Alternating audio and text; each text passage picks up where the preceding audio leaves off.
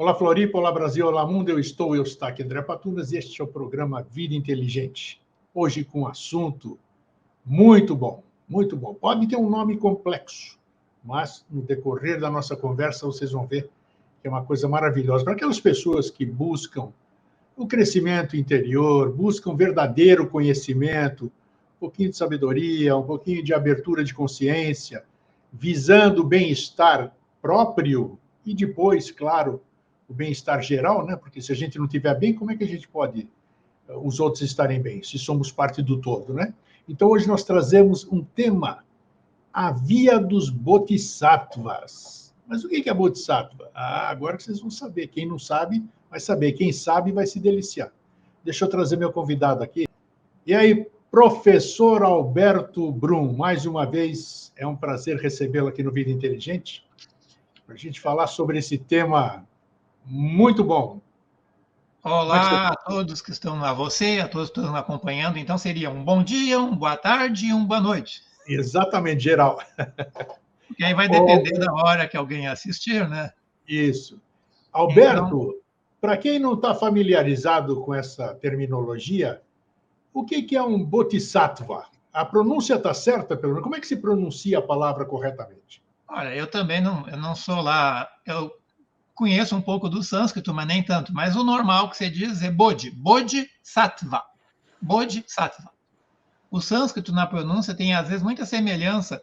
Não digo semelhança com o português, mas se pronuncia muito como quando é transliterado, isso é, com as nossas letras.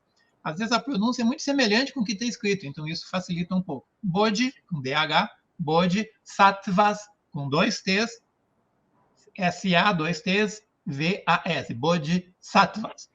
São duas palavras que foram reunidas para se referirem no Oriente, especialmente na tradição de Siddhartha, o Buda, no Dharma, para se referirem aos seres mais avançados, os instrutores que orientam os peregrinos no caminho da iluminação. Então, os bodhisattvas não é qualquer um. Não é um mediano, não é um iniciante, não é um lama tibetano, esses que estão na moda por aí. Esses normais, esses tidos bons, eles estão muito longe de estarem na senda dos bodhisattvas. A senda dos bodhisattvas, a via dos bodhisattvas, é a verdadeira real senda. A senda interna, a senda esotérica, a senda espiritual. Bodhi é a energia do coração. O coração enquanto amor e compaixão. Então, é a energia do coração iluminando a mente. Sattva significa duas coisas: pureza e harmonia. Pureza do ser em si e harmonia. Então, quem são os bodhisattvas? São seres que alcançaram a sabedoria do coração e a reta ação, o reto modo de vida na existência. Então, são aqueles seres que, em outras tradições, nós chamaríamos de iluminados, grandes seres, iniciados, mahatmas. Então, a via dos bodhisattvas é o ensinamento que eles deram sobre a jornada. Eles não vieram prontos, né, Alberto? Não, ninguém vem pronto. Nem Siddhartha Buda. É bom enfocar isso aí. Tem todo um processo interno, despertar, toda uma jornada. E aí, a tradição dos bodhisattvas, ela está muito presente na Índia antiga, na tradição chamada Mahayana. Maha, grande, Yana, veículo. O grande veículo. Então, a tradição Mahayana vai falar dos bodhisattvas e essa ideia vai aparecer nos primeiros sutras, na língua sânscrita, porque o Dharma, o budismo, tem uma tradição mais antiga, os monges Theravadas, o budismo mais geral, Theravada, que são a parte mais monástica. Mas surgiu na sequência a tradição Mahayana. Os Mahayanas, então, são os buscadores do caminho mais avançado, mais abrangente, por isso é o grande caminho, que inclui a psicofilosofia, a filosofia metafísica, o esoterismo, as meditações mais internas. Então, nesta jornada Mahayana, os bodhisattvas é uma ideia central e é uma orientação. O que eles disseram, o que eles viveram, orientam os buscadores. Me diz uma coisa, Bodhisattva, se você for pesquisar, a gente pesquisa na internet para saber o que é, e a gente percebe que é algo ligado ao budismo.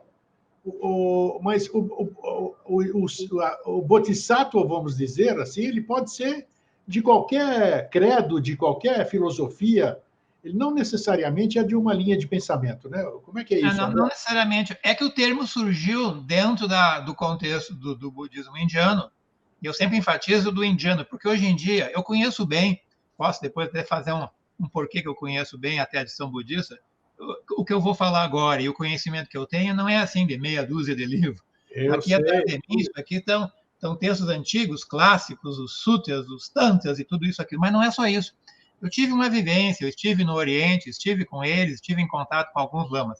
E Muito bom. dentro disso, então, a gente vai compreendendo. Então, o Dharma é uma tradição que é um sinônimo do que a gente chama no Ocidente de budismo. Então, como esse termo surgiu nesse contexto, ele está muito presente na literatura budista.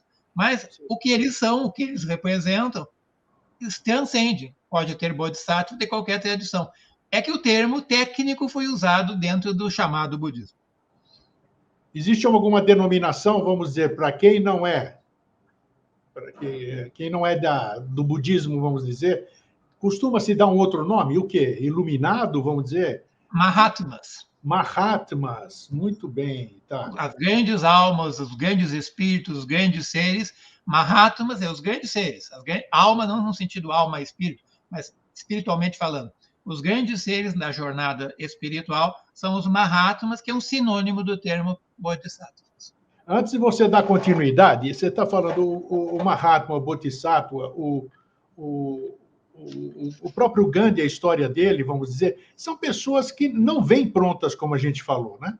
Elas vêm aqui por opção. Como é que é isso? Optam por seguir esse caminho e se iluminam e viram bodhisattvas? Como é que é essa via dos bodhisattvas, o tema da nossa conversa de hoje? Exatamente. Então, é isso que eu vou querer ilustrar um pouco, porque a gente fala, a gente estuda, a gente lê, eu aqui até no seu canal já participei, falando que é um caminho, é uma jornada. Naquele dia eu falei dos aspirantes, o caminho preparatório.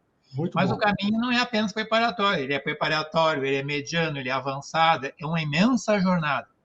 E, então, um bodhisattva, quando ele nasce, é uma criança normal, nasce pai, mãe, filho, irmão, nasce na vida normal, mas depois vai vindo à tona as potencialidades espirituais, as capacidades, mas ele passa por uma educação, por um treinamento, pela técnica da meditação e tudo mais.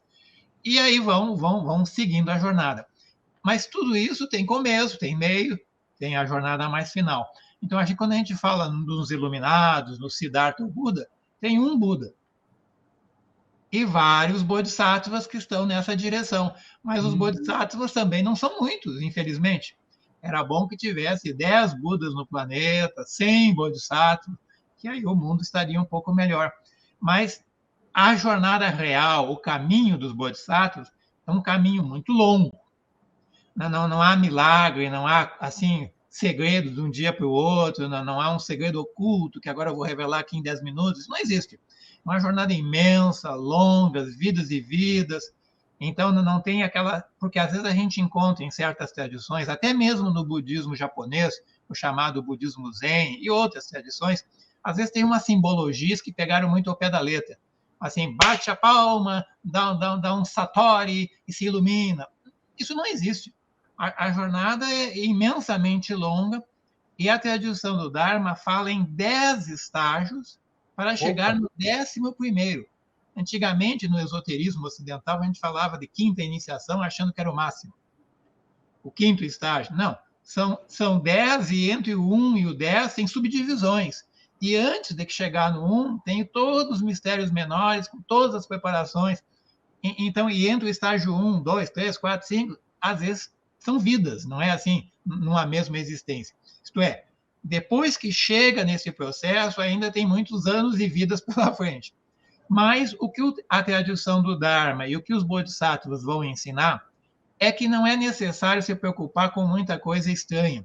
Não é preciso assim, símbolos complicados, não é preciso rituais elaborados. O que é preciso é a transformação interior, a transformação da mente, a alquimia espiritual, como eles dizem. A transmutação do egoísmo para a compaixão, da ignorância para a sabedoria. Então, aí que vem um ensinamento que é muito prático. Eu gosto, eu fui professor universitário, onde eu trabalhava muito com essas questões, os alunos gostavam muito, porque é uma psicofilosofia, são aspectos práticos, e isso tudo foi apresentado a partir da Índia pela chamada tradição Mahayana, o grande veículo, a tradição budista Mahayana da Índia, que chegou no Tibete, mas quando chega no Tibete, houve algumas misturas, alguns problemas. Então, o budismo tibetano hoje tem muitos rituais, e muitos mantras, e muitas cores, e muito simbolismo, e às vezes esquece um pouco da essência do que é central. O que é central é o ensinamento Mahayana, que vem dos bodhisattvas, e que vão falar do quê? Do que é essencial, do que é o central. A transformação, a compaixão, a ética, a senda das virtudes, que eles chamam de paramitas, que eu vou comentar agora na sequência, as 6 paramitas. Então, são coisas aparentemente complicadas, mas ao mesmo tempo são simples. De entender, são simples. Pode ser um pouco difícil a nossa prática. A prática pode ser mais complicada. Mas o ensinamento essencial, principal, central, ele não é lá muito complicado. Então, o Siddhartha, quando ele viveu, ele tinha um grupo de alunos mais avançados junto a ele, que são os mais próximos dele, mas depois surgiu no entorno os chamados monges. O Siddhartha não era monge e ele não criou uma ordem monástica. É um detalhe muito curioso isso. O budismo depois se transformou numa ordem monástica, mas não era assim no início. É que ele teve um grande discípulo chamado Kashyapa, e quando chegou a ele, ele dirigia um trabalho anterior com outro nome, aonde já tinha ordenação monástica, e já tinha um tipo de 300, 500 monges. E o líder do grupo era Kashyapa, que se tornou o sucessor do Siddhartha, inclusive, na sequência. Então, aí ele se aproxima do Siddhartha e pede admissão no círculo mais interno do Siddhartha. Só que ele era um líder de monges, os monges estaviras, que é o nome dos monges budistas também. Então, quando ele se tornou membro do grupo do Siddhartha, ele levou com ele os monges. E aí, então, o budismo passou a ter também um grupo de monges. Mas não era essa a proposta. Siddhartha foi falar da vida, da existência, as 4 nobres verdades da existência, o ponto de partida. Há o sofrimento tem uma causa, o sofrimento pode cessar, e há um caminho, há uma via, que se chama Marga, o caminho da libertação e da iluminação. Então, essa ideia da via dos Bodhisattvas já está presente lá no Siddhartha. Depois, os sutras vão aprofundando e explicando o que é esse caminho, quais são as etapas desse caminho, o que é central nesse caminho. Mas o caminho já está presente no primeiro ensinamento conhecido, atribuído a Siddhartha, o Buda. 4 nobres verdades. Todos os seres humanos, ao nascer, ao crescer e ao envelhecer, passam por circunstâncias da dor e do sofrimento. Ninguém escapa. Pode ser sofrimento psicológico, pode ser físico, pode ser interno, pode ser de qualquer tipo. Então, a realidade do sofrimento. Mas isso tem causa, a avidya. A avidya é a ignorância espiritual, a ignorância da alma. Então, quando você começa a identificar que tem causa os vários sofrimentos da humanidade, essa causa pode diminuir, pode cessar e pode ser eliminada. Terceira nova verdade, é possível eliminar a causa do sofrimento. Como é possível? Se vivermos de um certo modo. Aí vamos, então, para a 4ª verdade. Há um caminho que, se compreendido e vivenciado, ele nos conduzirá etapa após etapa, uma jornada muito longa, como eu falei, mas pode nos conduzir, pelo menos, se não vai, pelo menos, pode nos conduzir a um despertar interno, a um outro tipo de vida, uma mudança, a um estado mais avançado. Primeiro se liberta da dor e do sofrimento, mas isso não é iluminação. Tem primeiro libertação e depois uma imensa jornada para chegar na última etapa. Mas a libertação do sofrimento, da dor, das perturbações, daquilo que obscurece a nossa mente, é uma etapa necessária e importante para depois, então, aí sim, os bodhisattvas mais avançados, tem os bodhisattvas medianos e os bodhisattvas avançados, porque o bodhisattva não está no fim da jornada. ele próprio está numa jornada com vários degraus, vários níveis. Olha. São chamados de bhumis, os 10 níveis. Então, tem Bodhisattva do 3º nível, do 4º nível, do 5º, do 7º, do 8º, do 9º, do 10º nível. Então, um Bodhisattva do 10º nível é um candidato a ser um Buda. Mas para chegar no 10º, tem que chegar no 1º.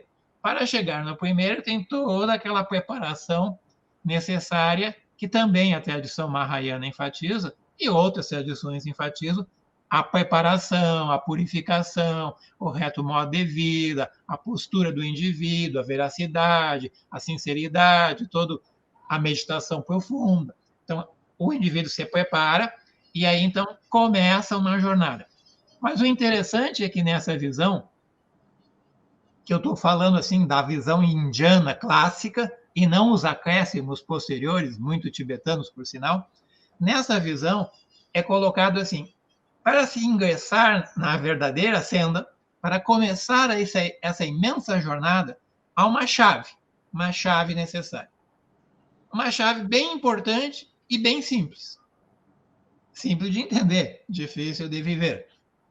E é mais uma palavra sânscrita.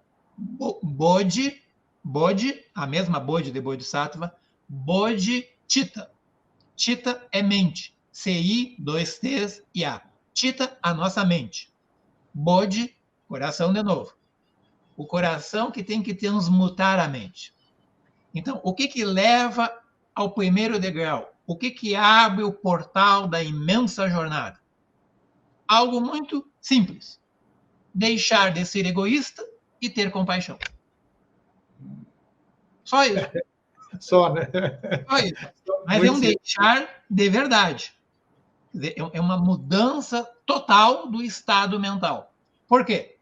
Todos nós, os animais, inclusive, o que a gente busca na vida? Bem-estar para a gente, felicidade para a gente, situação positiva, econômica, pessoal, emocional, alimentação, isso e aquilo. Então, é meio que natural entre aspas, mas é meio que natural que a gente se cuide, que a gente queira o melhor para a gente. Isso em si não é algo ruim em si. Mas, quando isso vai se acentuando, vai gerando a ideia do eu pessoal, do eu individual, do eu egóico, do eu autocentrado. Então, este eu, na visão do Dharma e nas visões das filosofias indianas, como a Vedanta, como os Upanishads, essa ideia deste eu pessoal é apenas um equívoco cognitivo, é uma percepção errônea, é um erro conceitual pensarmos que somos um eu separados dos outros, separados da vida, separados do universo. Então, quando a gente, querendo ou não, passa a priorizar o eu particular, o eu pessoal, o ego se solidifica e vai crescer. Em vez de diminuir, ele vai crescer. Então, a primeira chave é essa mudança. É essa mudança, a transmutação. Então, dentro do ensinamento do Dharma, quando se fala, então, das virtudes, da ética, das paramitas, junto com as 6 paramitas, 6 virtudes, junto vem, então, Bodhicitta. Então, quando eu me lembro que nas primeiras vezes que eu fiz cursos e assisti aulas e conferências com alguns lamas tibetanos, mas deixa eu já clarear. Eu me dedico muito, criei até um grupo lá em Brasília, que existe até hoje, chamado Centro Lamrim, que estuda a tradição do Dharma e do budismo, mas é o budismo clássico da Índia, isso que eu estou falando, a tradição Mahayana, que no Tibete foi preservado por 2 escolas, basicamente. A escola Kadampa, século XI, XII, escola Kadampa, não a que tem hoje, chamada Nova Kadampa, a Kadampa antiga. E depois a escola chamada Gelugpa, os gorros amarelos, que tem a ver com Tsongkhapa, o Panchen Lama, que alguns ocidentais tiveram contato no século XIX e XX, inclusive Blavatsky teve contato com essa escola, com a tradição dos Panchen Lamas, da escola Gelugpa. Existem outras escolas, mas cada uma do seu jeito. Então, a escola Kadampa, e um pouco, não total, mas a escola Gelugpa, gorros amarelos, são ligadas à tradição Mahayana indiana. Então, essa tradição vai enfatizar muito essa atitude, a atitude psicológica alquimista, vamos chamar assim, onde é preciso que o praticante faça essa grande mudança. Isso tudo foi percebido, foi assimilado e ensinado por um alemão no século XVIII para XIX, Schopenhauer, o famoso alemão, filósofo, famoso para quem conhece filosofia ocidental. Então, o filósofo alemão Arthur Schopenhauer, alemão porque ele vivia na Alemanha, mas ele nasceu na Polônia, mas viveu na Alemanha por muitos anos. Schopenhauer, ele leu um livrinho budista que tem hoje em português chamado Dhammapada. Ele leu esse texto, que é uma essência do budismo indiano, Dhammapada, Dhamma é caminho, em Pali, Dhammapada. Então, ele leu um livrinho que tratava do caminho, depois mais 1 ou 2 fragmentos, e ele mais ou menos entendeu a essência do Dharma.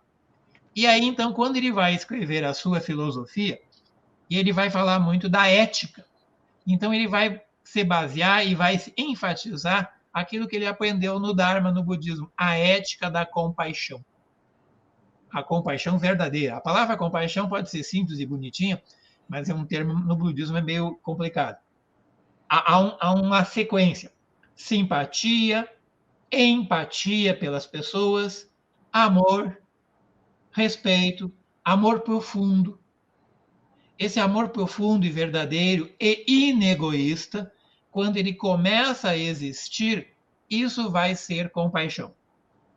A compaixão vem depois do verdadeiro e amor profundo, que passa pela empatia, pela simpatia, pelo respeito à vida, pelo respeito a todos os seres. Então, o amor conduz a essa mudança. O amor muda o processo. O amor diminui o egoísmo, elimina esse germe negativo que é o egoísmo. E o amor verdadeiro, que vem do coração, ele se dirige para a mente. Então, ele se transforma em uma atitude compassiva, e aí vem a retidão, a bondade, mais amor, respeito, a profunda reverência aos seres vivos. E essa compaixão, quando é real e praticada, é ela que se transforma em bodhicitta. Então, veja que é uma coisa simples e complicada. Opa. Bodhicitta é a chave da primeira iniciação. Bodhicitta é a chave que abre o pórtico da jornada dos bodhisattvas. Só que bodhicitta vem depois, não é que vem depois, ela é uma consequência da real compaixão. A compaixão é um aprofundamento do amor e do inegoísmo. Então, o que vem antes é também fundamental, o que prepara o processo. Então, conhecer esse assunto, entender, buscar entender melhor, compreender que todos sofrem, que todos desejam paz e felicidade, que todos merecem ser felizes, faz parte do processo. Mas depois precisa algo mais, não adianta só saber. Então, precisa algo mais, e aí, então, a tradição Mahayana e os sutras vão estimular esta mudança, esse giro, sair de uma atitude pessoal e autocentrada e passar a incluir os outros seres. Uma vez eu assisti uma conferência de um lama budista famoso, e ele disse mais ou menos assim: aqui no Ocidente, especialmente, que é onde se fala mais da democracia, é um ato democrático não sermos egoístas. Porque quando somos egoístas, pensamos no eu. A democracia inclui todos. Então, pensar no bem comum, pensar em todos os seres, pensar no planeta, pensar na realidade, que inclui os animais, é mais democrático e, portanto, compassivo. Então, é esse mecanismo que leva para a via dos bodhisattvas. O egoísmo tira, o inegoísmo dá abertura. Do jeito que você, é complicado. Do jeito que você está falando assim, você sabe, eu sou um espiritualista há mais de 50 anos, digamos assim, eu sou um buscador. Esse mundo interessante, essa visão que você está me trazendo hoje, é como se fosse um mundo paralelo ao meu. Apesar de eu achar, de eu concordar com tudo isso, eu ainda não alcanço essas coisas que você, esses sentimentos que você diz. Eu sei que é uma coisa muito complexa, né? Você abrir mão de ego, você deixar de ser egoísta. A gente busca, a gente faz, a gente tenta, mas é um processo difícil. Outra coisa que eu gostaria que você enaltecesse, por que você falou seria interessante que tivéssemos muitos Budas e mais Bodhisattvas ainda.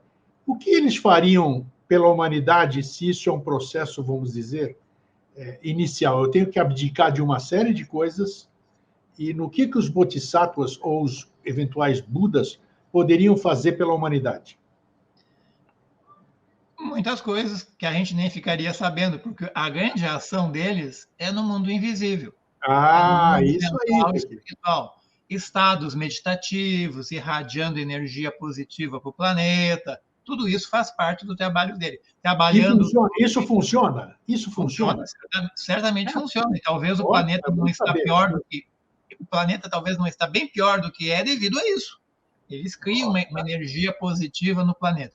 Então, mas isso é invisível, a gente não fica sabendo o que eles estão fazendo.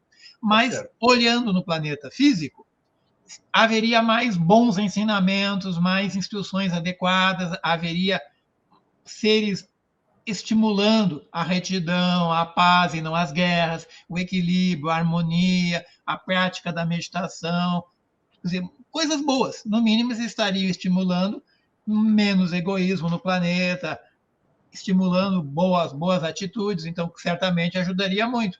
Porque se um Buda... Porque é uma grande tristeza que eu vejo, assim, eu próprio. A gente sabe que houve grandes civilizações no planeta, na parte da história que a gente conhece. Não estou falando de coisa muito antiga.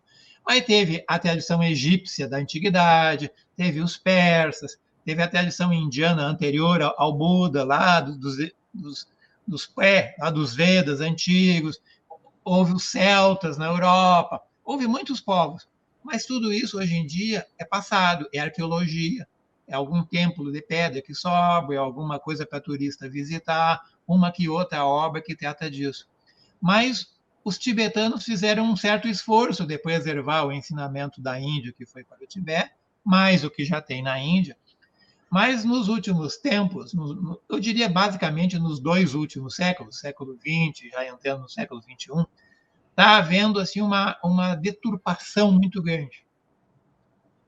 Muitos falsos gurus, muitas escolas inadequadas, muitos livretos falsificados, muitos lamas andando por aí que são mais barro do que sábios. Lamas no Brasil, a gente sabe que uma coisa cheia de lama é barro.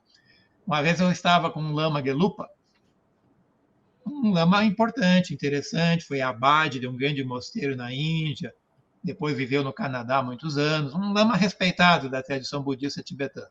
Só que eu tinha levado ele para Brasília, ele estava dando uns cursos e umas conferências lá para a gente. E aí a gente foi fazer uma visita num lugar fora da cidade, numa estrada de terra, e tinha chovido um pouco e a caminhonete era uma caminhonete pesada, tivemos que descer para a caminhonete sair de uma valeta. Aí a gente estava descendo, eu mostrei para o lama que aquilo tudo que estava ali embaixo era lama. Ele botou a mão na cabeça e riu por 1 minuto inteiro. Aí ele me disse assim, eu vou embora. No Brasil já tem muita lama. É claro que o lama tem outro sentido para... É um instrutor. Claro. Bom, mas por que eu estou dizendo isso? Haveria, então, mais instrutores, mais bodhisattvas e o mundo estaria melhor. Porque a ênfase do Dharma... Quando eu estou falando em Dharma, que é um assunto que eu prezo muito e estudo, mas eu tenho um cuidado de não cair nas armadilhas das coisas muito cheias de enfeites, cheias de meandros, cheias de desvios, técnicas avançadas para quem não é avançado, iniciação tântrica para quem nunca praticou yoga. Tudo isso são coisas ruins e perigosas. Ruins, a grande maioria, tem exceções e coisas boas. Mas eu digo, hoje o mundo está vivendo um período de muita deturpação, de muita falsificação. E o Dharma, o budismo indiano, o budismo tibetano está passando pelo mesmo problema. Então, quando a gente evita isso, o que eu faço? O que eu estimulo? A pessoa tem que compreender desde a origem. O que era o original? O que era o central? O que o Sutra do Siddhartha ensinava? O que os textos clássicos indianos ensinam? Então, os tibetanos deveriam ensinar algo equivalente ou semelhante, ou a mesma coisa. Bom, então, quando a gente compreende um pouco disso, a gente vai ver que tem dois ensinamentos que são fundamentais. Aparecem nos grandes sutras e nas grandes escolas budistas da Índia e do Tibete. 2 ensinamentos. Bodhicitta e as 6 paramitas. Isso aparece, se repete, é enfatizado. Então, agora eu já vou ilustrar um pouquinho o que é isso. Existe um tratado do século IV BC, Abhisamaya, com BH e Y, Abhisamaya Lankara Sutra. O sutra é chamado Abhisamaya.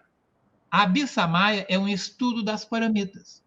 Um grande bodhisattva, um bodhisattva muito avançado, é o autor desse texto no século IV. Então, ele próprio vai explicar. Por isso que eu digo assim, que quando eu pessoalmente, eu posso falar da senda introdutória, a senda dos aspirantes, a senda mais inicial, aquela que eu estou buscando. Mas para falar da senda avançada, é bom deixar que eles falem.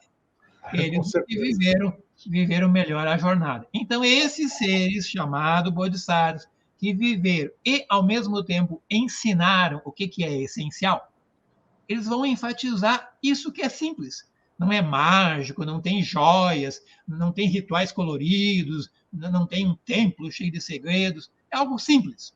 Difícil de viver, mas simples de entender. A primeira coisa é essa alquimia, essa transmutação do estado mental. A humanidade vem sendo treinada para ser egoísta.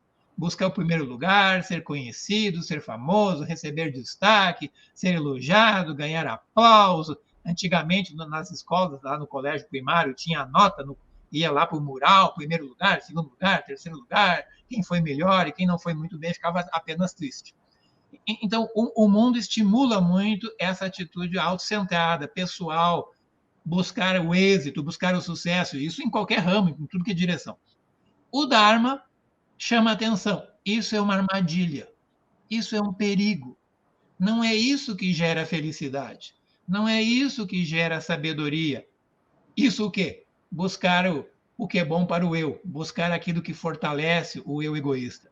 Isso gera sofrimento, isso gera perturbação, isso gera conflito. O Schopenhauer falou, as guerras lá na Europa, da época dele, os conflitos são egoísmos. São nações egoístas, governantes egoístas que geram maldade, crueldade, invadem, matam, mandam os meninos para a guerra, como está lá hoje os russos, os jovens, 18, 20 anos, vão lá e morrendo cada vez mais. Então, isso o que é? É falta de bondade, é falta de compaixão, é falta de sabedoria. Então, bodhicitta é a primeira coisa. Buscar essa transmutação. Mas como isso não é fácil, Siddhartha já acrescentou. Para buscar, então, essa mudança do estado mental, é preciso um esforço de não autocentrado, mas de autoobservação, a reta atenção. A reta atenção que implica na compreensão, reta compreensão, reto entendimento, reta ação. Isso é o caminho, segundo a quarta nobre verdade. Compreensão, entendimento, reta ação, reto modo de vida, reta prática meditativa, reta contemplação. Então, quando eu começo a compreender mais o que é essencial, aí eu vou entender, então, que é preciso a ética das virtudes. A velha e tradicional ética, mas que eu enfatizo sempre, por favor, não vamos confundir com moral. Não vamos confundir ética com moralismo. Eu tenho um livrinho, está lá à venda na editora Garba Lux, O Mistério da Ética. O Homem e a Morada do Fogo Logos. A ética das virtudes e da compaixão. Então, eu faço um apanhado do pensamento grego, a ética original, e também faço uma comparação com o Oriente, e tem um capítulo chamado As Virtudes na Filosofia Budista. As virtudes na filosofia budista gerando um bom coração. É a essência da ética budista. Gerar uma energia bondosa, um bom coração, porque o coração vai tomar conta da energia mental. O coração vai coordenar a ação mental. Então, este livro, que é um livro simples, mas eu vou no ponto central, esse gerando um bom coração, esse gerar um bom coração, se a gente vai gerar, é porque talvez a gente não tenha. A gente pode ter um coração mediano, um coração mais ou menos, mas este bom coração é um coração que é movido pela energia poderosa da compaixão. E foi isso que o Arthur Schopenhauer foi enfatizar. ele percebeu que o egoísmo é mau, é ruim para a pessoa. Então ele dizia, o egoísmo gera dor, perturbação, conflito e guerra. O que não gera isso e gera paz e harmonia e felicidade é eliminar o egoísmo através da motivação amorosa e da verdadeira compaixão. Às vezes, quando traduzem do alemão para outras línguas, traduzem por caridade ou alguma palavra equivalente. Mas eu tinha um professor que entendia alemão, e foi ele que me orientou em estudos de pós-graduação, e ele, percebendo que eu me interessava por isso, foi ele que sugeriu que eu estudasse o budismo em Schopenhauer. E aí eu fui fazer esse estudo. Então, o Schopenhauer ele percebeu que a ideia-chave é essa compaixão. Bom, então agora eu vou voltar para o meu ensinamento aqui. A compaixão está vinculada, então, com essa mudança, essa alquimia, ela precisa de um estímulo. Na linguagem simbólica da alquimia, a produção do elixir tem que ter o cadinho, tem que ter a água, tem que ter plantas, tem que botar ali, tem que mexer, tem que fazer todo um processo. É uma simbologia da produção do ouro e da prata, que reluz, que ilumina, que brilha como o sol. Então, essa simbologia da alquimia tem nos textos budistas, e usando esses termos, elixir, transmutação, termos alquímicos, só que numa visão psicológica, filosófica, metafísica. A alquimia budista não era uma alquimia de laboratório, era uma alquimia espiritual. Então, para que essa alquimia seja possível, é preciso do reforço das paramitas. 6. Podia ser 10, podia ser 12, podia ser 15, mas ele resumiu em 6. E elas têm um nível inicial, um nível mediano e um nível profundo de entendimento. 3 níveis, há quem diga que chega até 5 níveis de entendimento de cada uma dessas palavras. A primeira, dana, D-A-N-A, dana, generosidade, benevolência, ação amorosa, doação. Você ser generoso, você doar, você fazer o bem em ações, em emoções, em pensamentos. Aí você doa, você faz alguma coisa externamente, mas você doa energia do coração, até chegar a você doar o Dharma. O Dharma é o grande néctar que ajuda as pessoas a se libertarem do sofrimento. Então, um Bodhisattva, ele vai saber doar o elixir puro, o néctar puro, aquilo que para nós já faria muito bem algumas gotas.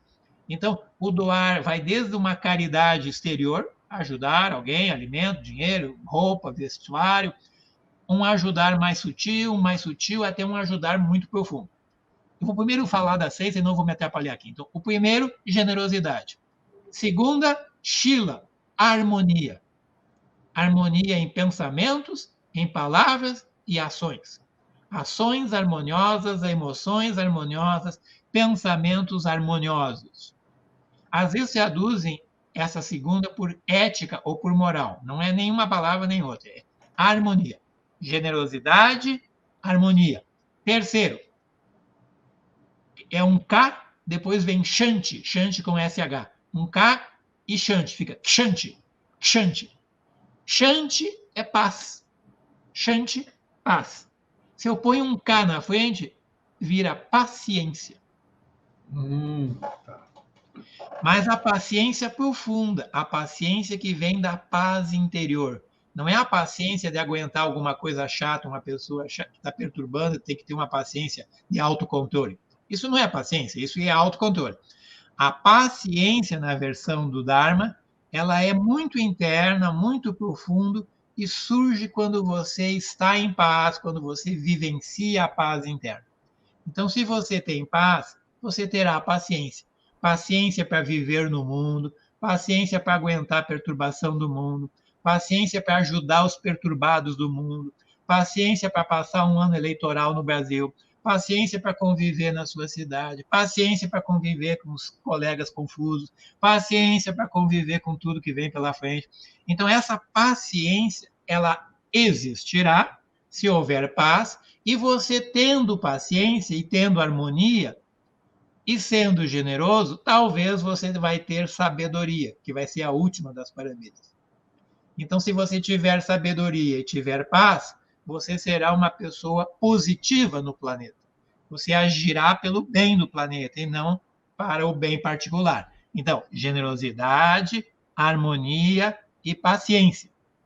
Mas isso é meio complicado. Aí o ensinamento já preparou a dica. A quarta paramita é Virya, com Y no final. Virya. Virya, ao pé da letra, é energia. Mas não é energia elétrica, é a energia da alma. É a energia alegre. É a energia da perseverança. E uma boa tradução é entusiasmo. O entusiasmo interno, o entusiasmo alegre, o entusiasmo espiritual, o entusiasmo do pensamento positivo, o entusiasmo na confiança na luz e na sabedoria, e não nas trevas e na escuridão. Então, esse entusiasmo impulsiona o aspirante e impulsiona o bodhisattva, se ele tiver entusiasmo. Então, agora eu vou ilustrar aqui uma pequena tradução que eu achei muito interessante. Tsongkhapa é um tibetano que viveu no século XIV para XV, é o fundador da escola Gelugpa, que era Blavatsky cita ele na Doutrina Secreta algumas vezes como sendo um grande ser, um ser bastante avançado. Então, Tsongkhapa, que é o criador dessa escola. Então, vivia no Tibete, fundou essa escola, e quando ele trata muito desse assunto das paramitas. Um tratado dele, que está aqui ao meu lado, eu já comento na sequência. Aí, quando ele traduziu o Virya, eu botei aqui ao lado para mim não esquecer. Ele traduziu assim: o que é Virya? Que é fundamental para o aspirante, para o buscador, e para o bodhisattva, e para quem quer ajudar, de fato, a vida e o planeta. O que é Virya? Uma inabalável e irreversível perseverança entusiástica. 4 palavras. Inabalável, que não se abala com nada. Irreversível, não desaparece, não volta atrás, não some. Perseverança entusiástica. Não é aquela perseverança rígida e fria, com entusiasmo, com ardor, com alegria, com compreensão, com reto entendimento. Então, Virya, uma inabalável e irreversível perseverança entusiástica. Virya é uma força interior constante, um entusiasmo que dá a energia da perseverança para seguir buscando sempre o reto modo de vida, no meio das dificuldades da existência e no meio de todos os sofrimentos que acompanham o estar vivo no mundo. E aí segue o texto, um texto meu, do livro A Filosofia dos Rishis da Índia Antiga, um livro bem interessante para entender a Índia Antiga. O Siddhartha e o Dharma está no meio disso. É um pequeno capítulo que eu estou aqui comentando, não apenas por ser meu, mas é uma síntese bem feitinha. Me esforcei aqui para fazer uma síntese bem razoável sobre o Dharma. Então, é Siddhartha e o Buda Dharma. Olha. Então, o livro aqui eu trato dos Upanishads, do Bhagavad Gita, da Vedanta, do Jainismo, da Yoga, as várias tradições indianas. Rishis são os sábios. A sabedoria dos sábios. Siddhartha era um sábio. Então, eu trato aqui, e aí, ao falar desta paramita, eu achei importante o que o Tsongkhapa fala. Então, tudo isso é Virya. Qual que está faltando agora? Mais 2. Quinta e sexta. A quinta qual é? Dhyana, D-H-Y. Dhyana, que traduzido é meditação. Mas não é apenas o sentar para meditar, não é apenas a meditação externamente.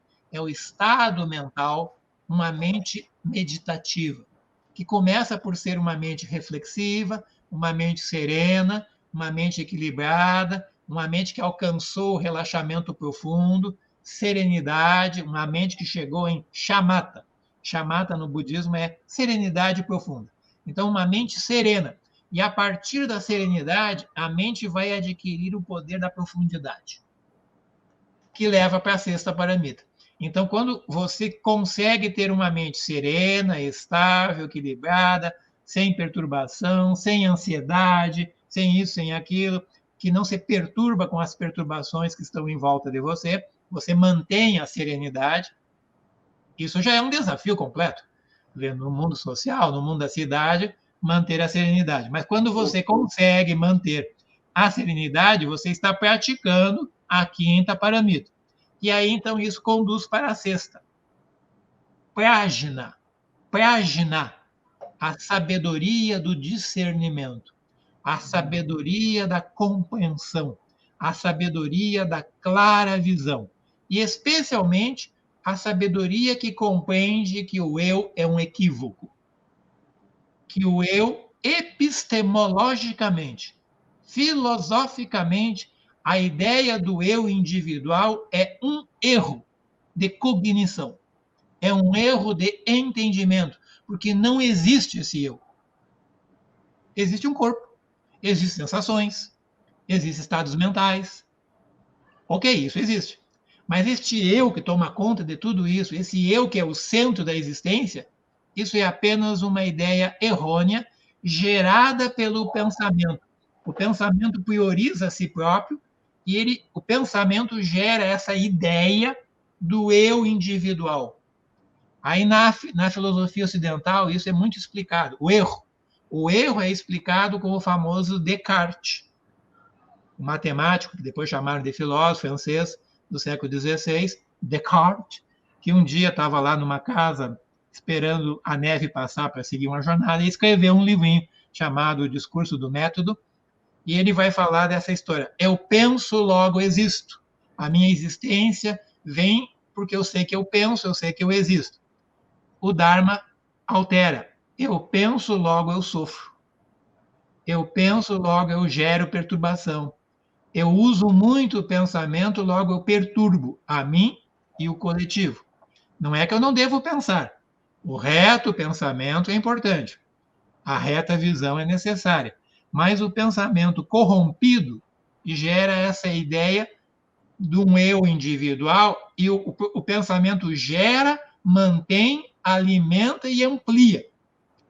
E algumas filosofias superficiais que existem por aí, filosofias esotéricas superficiais, vão falar em eu superior, em Sim. eu maior, em eu espiritual, 100% errado.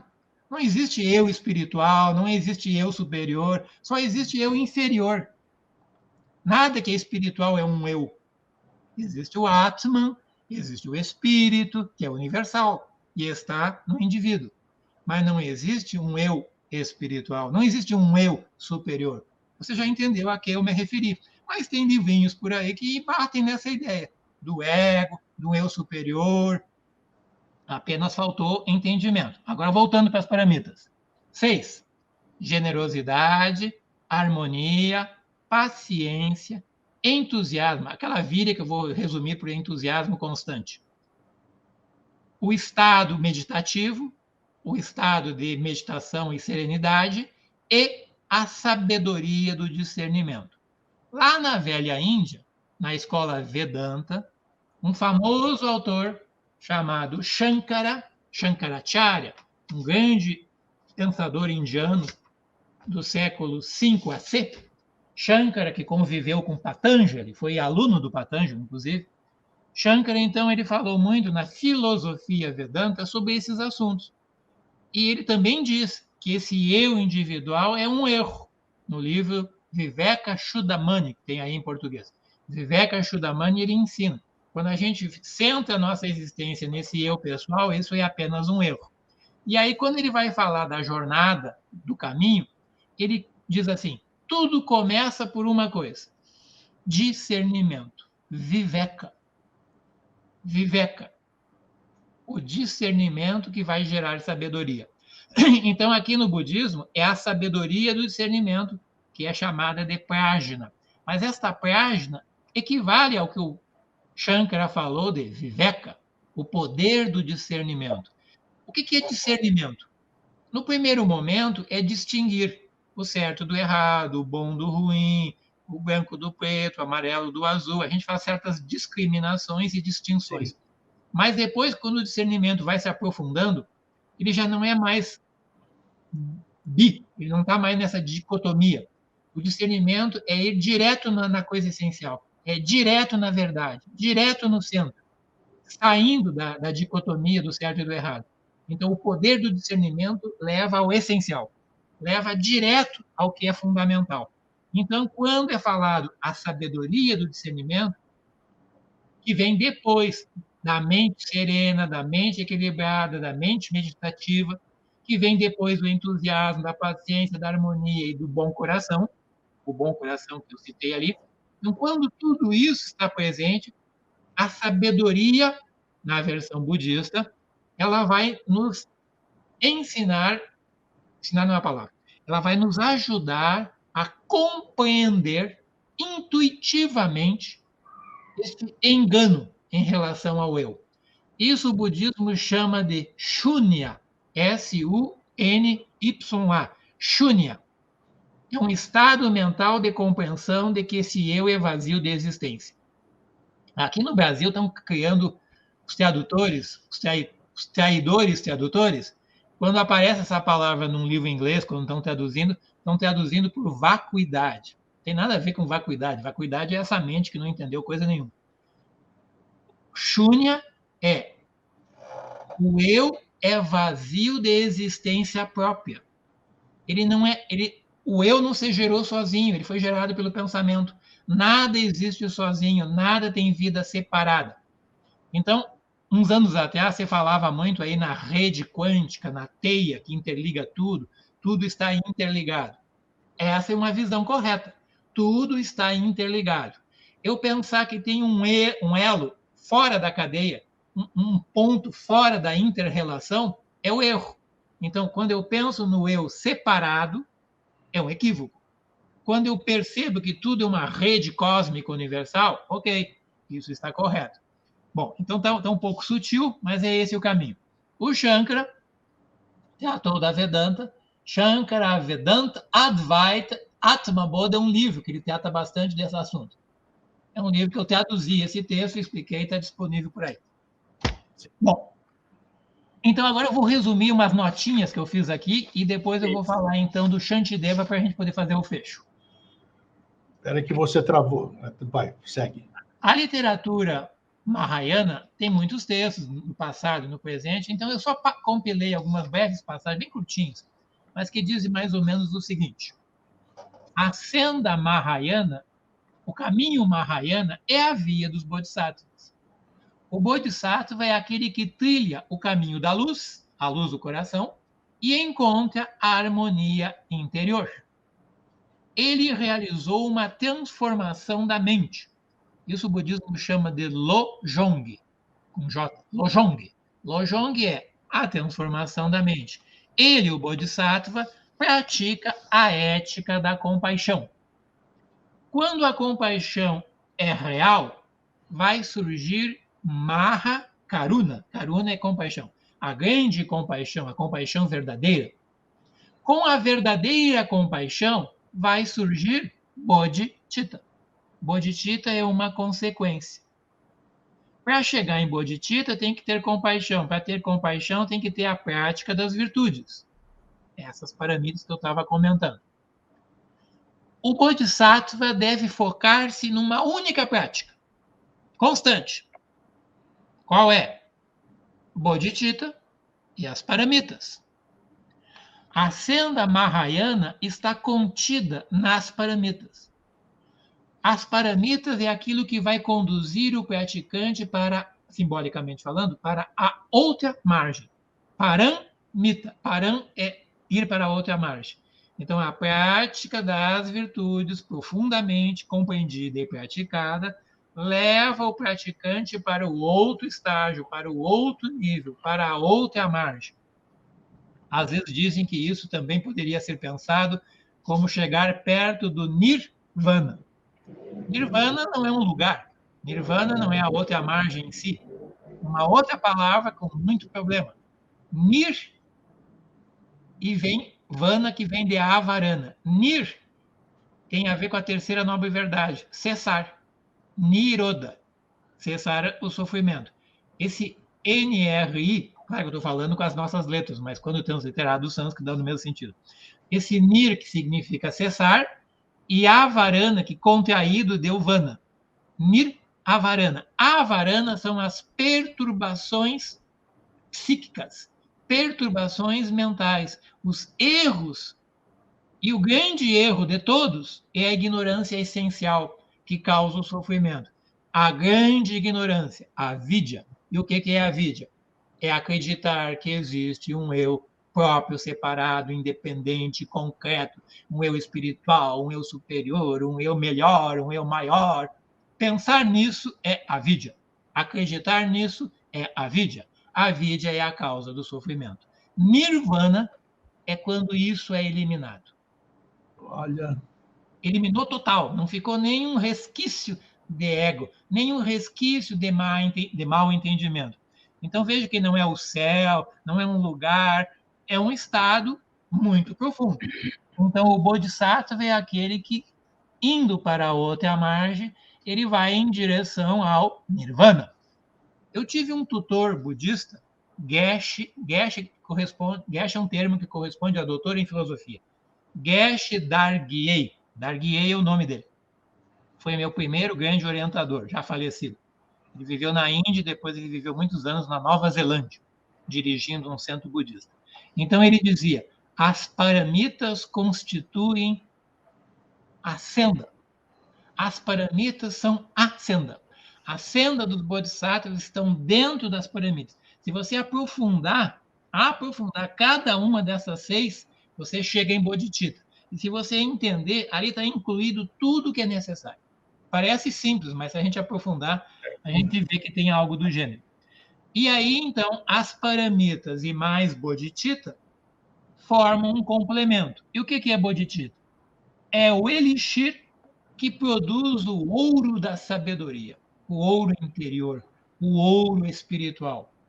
E aí eu vou ilustrar com um livrinho que a Blavatsky, a inglesa não, ela era russa, mas vivia na Inglaterra. Quando ela viveu na Inglaterra, ela publicou um livrinho que ela traduziu. Ela não é a autora, ela é a editora. Ela editou um texto chamado A Voz do Silêncio. Um texto budista muito antigo, que ela apenas traduziu e publicou. Esse livrinho, ele trata da essência da senda. Ele trata das paramitas, ele trata do que é essencial. E lá, numa certa passagem, diz assim, falando do que é essencial na jornada, que leva à iluminação. O livro diz, viver para beneficiar a humanidade é o primeiro passo. Sai do egoísmo e você vai viver para beneficiar a humanidade, e não buscando só o que beneficia a si mesmo. Então, uma atitude mental e espiritual no qual você vai buscar, vai tentar e vai viver para beneficiar a humanidade. Isso é o primeiro passo. E aí tem uma vírgula. Praticar as 6 gloriosas paramitas é o segundo passo. Ponto e acabou. Agora vou reler a Lei do Silêncio depois dessas informações aqui. Vale a pena. É um livro que me levou para o Dharma. É um livrinho que eu lia, relia, meditava. Eu tomava nota das frases que eu achava mais bonitas, mais interessantes, memorizava, meditava naquelas frases. Eu fiz um trabalho intenso naquele livro, lá em 1987, 88, e um certo dia o livro se abriu no meu interior. Eu entendi o que era o Mahayana. Eu entendi o que era o budismo Mahayana. Entendi assim, intuitivamente falando. Deu um relâmpago lá na minha alma e eu entendi. Isso é o Dharma. Isso é a essência do Dharma. Isso o quê? Essa mudança, essa transmutação interior. Porque o que você está falando, Alberto, é interessante, porque por que eu falei que eu vou reler? Porque toda essa terminologia que você passou hoje, para mim, era desconhecida. Então, eu estava lendo uma coisa lá que eu não sabia o que eu estava lendo, na verdade. Agora, identificado, tomara que eu tenha o mesmo despertar que você, né? Que o livro se abra para mim também. Às vezes o livro se abre, às vezes não se abre, depende, né? Exatamente, mas hoje já tem mais chance, porque eu já sei o que eu vou ler. Né? Quando a gente tem que fazer um pouco de esforço. Então, eu tinha lido, tinha relido, refletia, meditava. Então, sem dúvida, joguei um pouco de esforço no processo. Eu citei há pouco o Geshe Dargyei.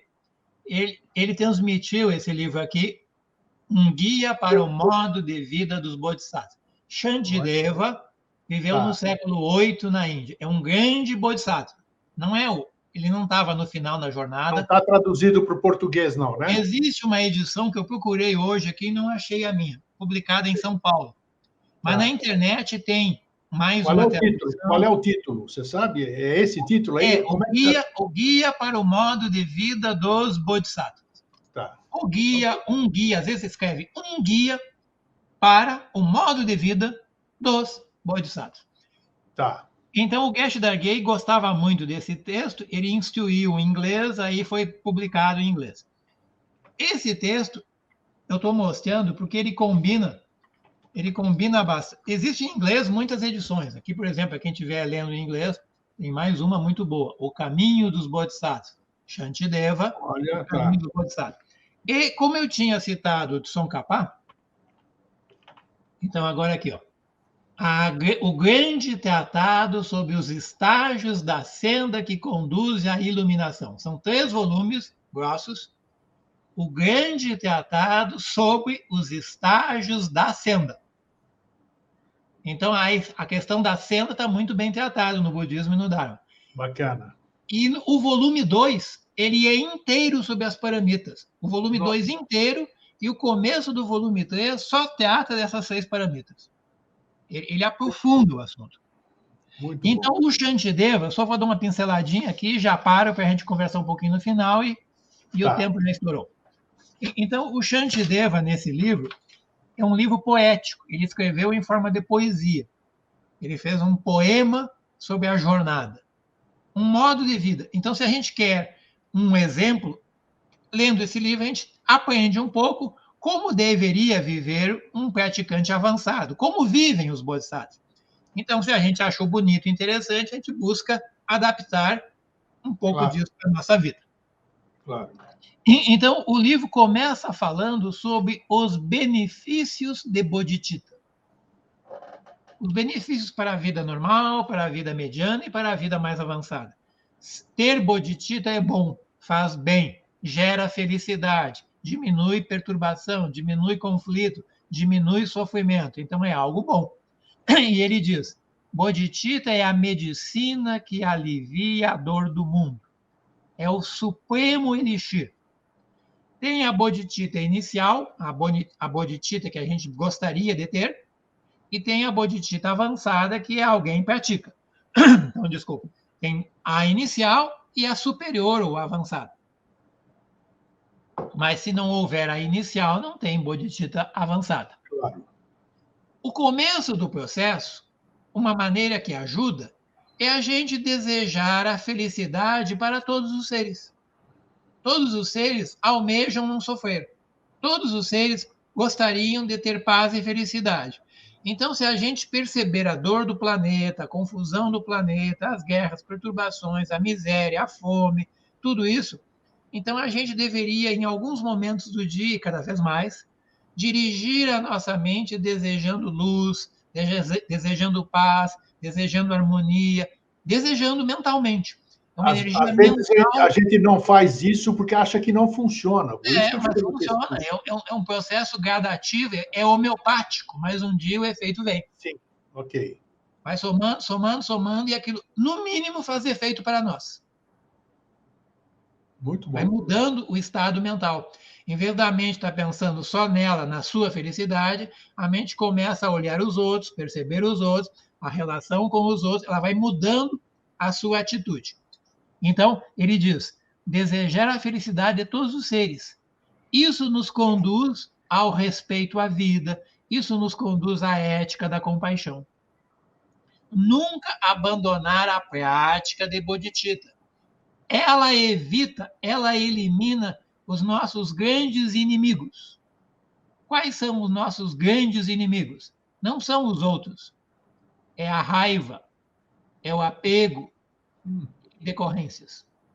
A energia da raiva, a energia do ódio, porque tem a irritação se transforma em ódio e depois em raiva, aí vem junto maldade, crueldade, em tudo que é ruim, vem junto disso. Nós temos a raiva e nós temos o lado contrário, que é o bem, a bondade e o lado amoroso. Atração, repulsão. Então, aquilo que é positivo e aquilo que é negativo. Então, bodhicitta vai diluir e vai diminuir e vai desfazer a energia da raiva, a energia do apego e assim vai. Mas em tudo isso temos que ter muita vigilância. Isso não é de um dia para o outro, não é fácil. Então, vigilância nas ações, nas palavras, no pensamento, cuidadoso nas ações, na retação, no modo de vida, o que é bom, a nossa profissão, o nosso agir. Aí ele vai reforçar a importância da paciência e diz: não há mal maior do que a raiva. A raiva cria sofrimento para si, perturba a mente, perturba os outros, perturba o ambiente, perturba o grupo, perturba a família, destrói. Então, é um grande mal. Por isso que a paciência é fundamental. Quanto mais paciência, menos raiva. Reforça a importância do entusiasmo. Ele fala das 6 pirâmides, mas eu só peguei, para fechar, aquilo que ele reforça mais. Então, ele fala na paciência, ele fala no entusiasmo, na alegria, no contentamento, e, ao mesmo tempo, na importância de a gente ir eliminando da nossa vida, da nossa psique, as emoções perturbadoras, as nuvens escuras que nos envolvem. Então, que são chamadas de kleshas. Isso na yoga do Patanjali, isso em outras filosofias aparece esse termo. Kleshas são as perturbações. E a perturbação número 1 é avidya. Acreditar que existe um eu separado. Acreditar que existe um eu independente do coletivo. A avidya é o grande problema. Então, precisamos eliminar a avidya, que é a ignorância, que é a base do egoísmo, é a base da raiva e tudo que vem de ruim na vida. Tudo que vem de ruim vem de avidya. E o que é a avidya? É um erro cognitivo. A filosofia budista tem epistemologia, tem teoria do conhecimento, tem tratados profundos para a pessoa entender isso. Não é para ser um filósofo da academia, é para entender o que é a reta percepção e o que é a percepção errônea, o que é verdadeiro, o que é falso.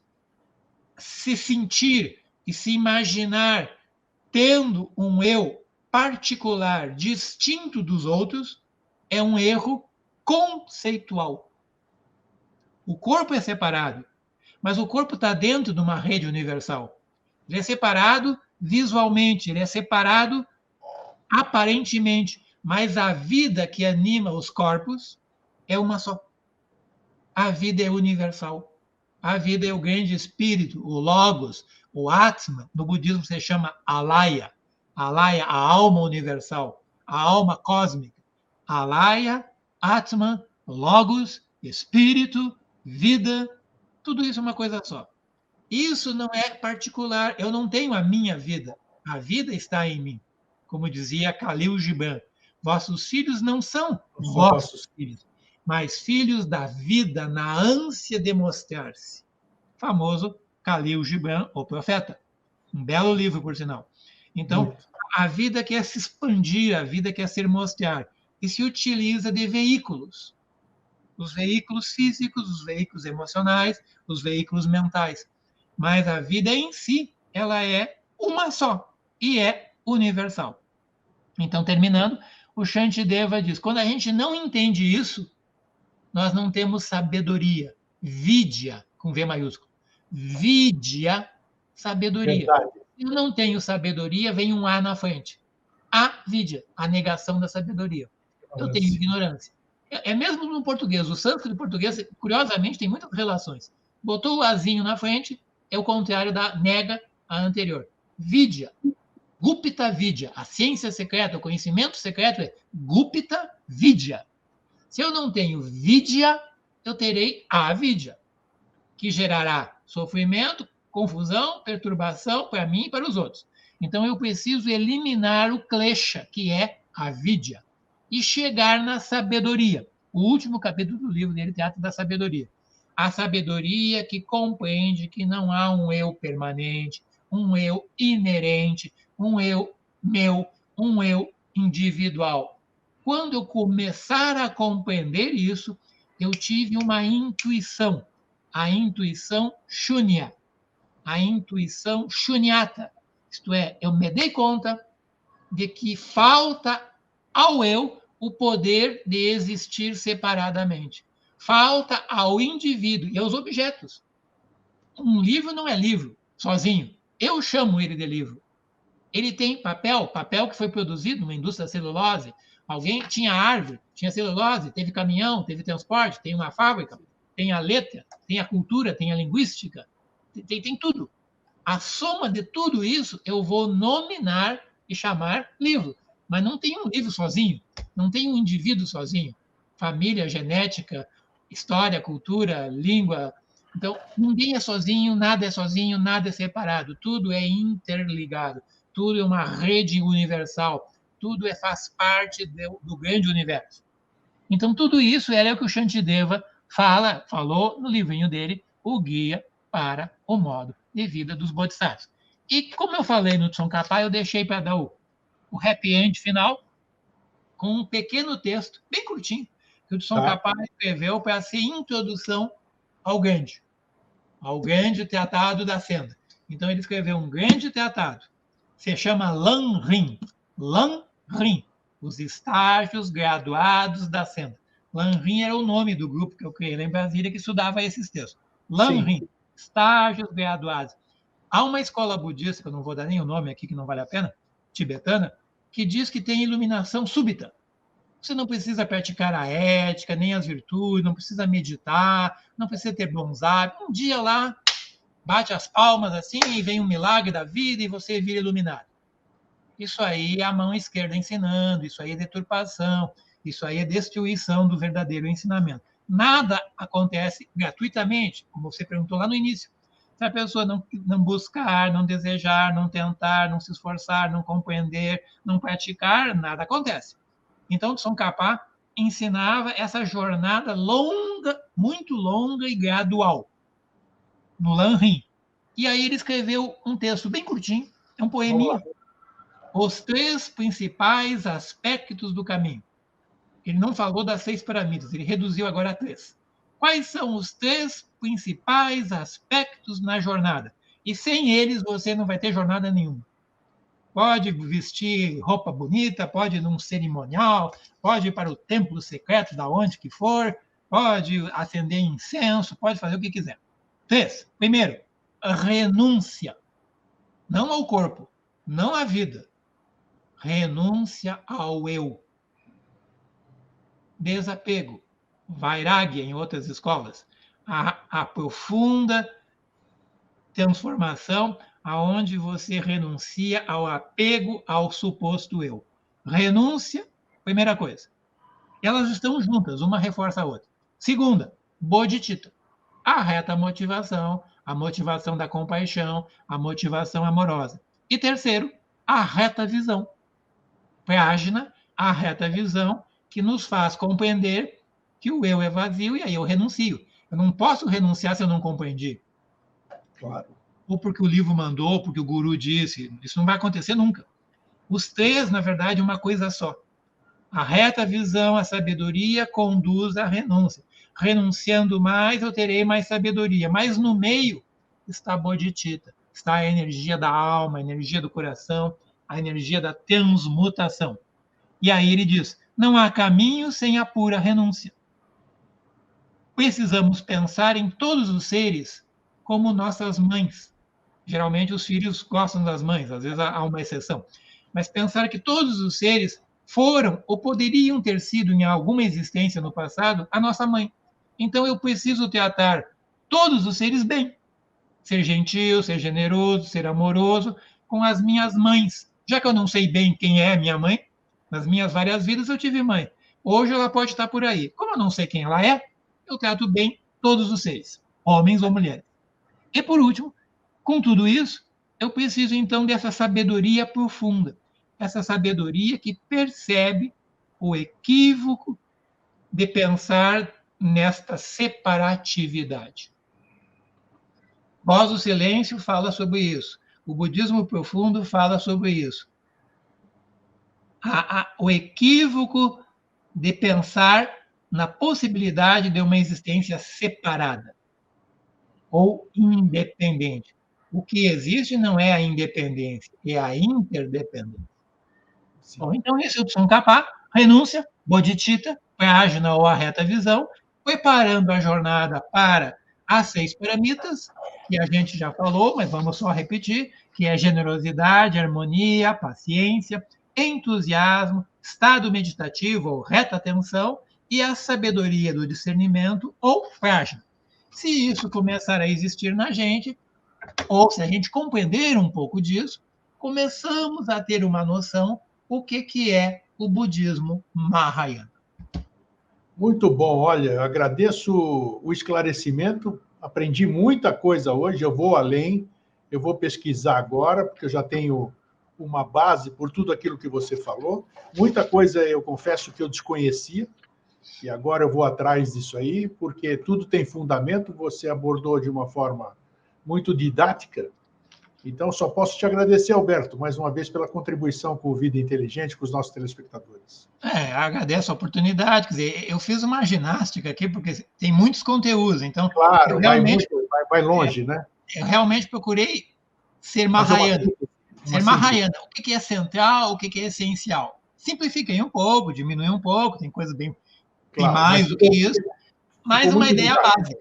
Então, a intenção foi dar uma ideia básica, e aí muito depois, e novamente chamando a atenção. Eu conheço, eu morei um tempo no Nepal, eu convivi com lamas tibetanos, eu recebi instruções, eu aprendi técnicas meditativas, estou procurando uma folhinha que estava aqui no meu lado.